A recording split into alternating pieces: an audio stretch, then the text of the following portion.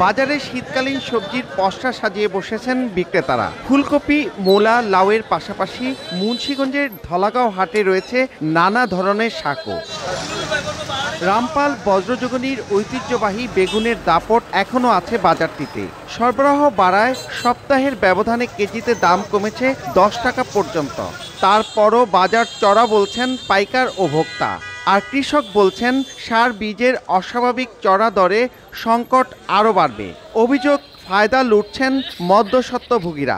এই জিনিসটা তো আমদানি নাই, এর দাম বাড়তেছে। আগে 60 টাকা 65 টাকা বেচছে, এবার 50 45 আর 40 35 টাকা আইছে। পাবলিকের একটু সস্তা খাওয়াইতে পারতেছে না, পাবলিক নিতে চাইতেছে না বেশি দাম দিয়া। বিছুন আলু 50 কেজি বাক্স আলু 32,000 টাকা চায়, কম দিব না। আড়তদাররা বলছেন সরবরাহের উপর নির্ভর করছে দাম, আর সবজির দাম আশা অনুরূপ না কমায় বাজার ব্যবস্থাপনাকে দুষছেন কৃষি বিভাগ। বৃষ্টি হওয়াতে কপির উৎপাদন কম হওয়াতে কপির দামটা মোটামুটি ভালো আছে, কিন্তু বেগুন উৎপাদন বেশি, বেগুনের দাম কমে গেছে অনেক, অন্যান্য শাক পাতার দাম অনেক কমে গেছে।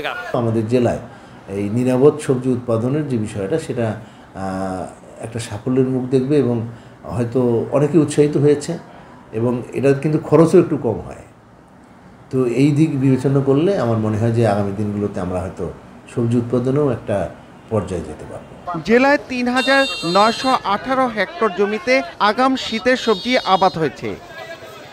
প্রতিদিন ভোরের এই হাটে 2 থেকে আড়াই ঘন্টায় বিক্রি হয় 20 থেকে 25 মেট্রিক টন সবজি। মুন্সিগঞ্জের ধলাগাঁও বাজার থেকে নাসির উদ্দিন উজ্জ্বল, সময় সংবাদ।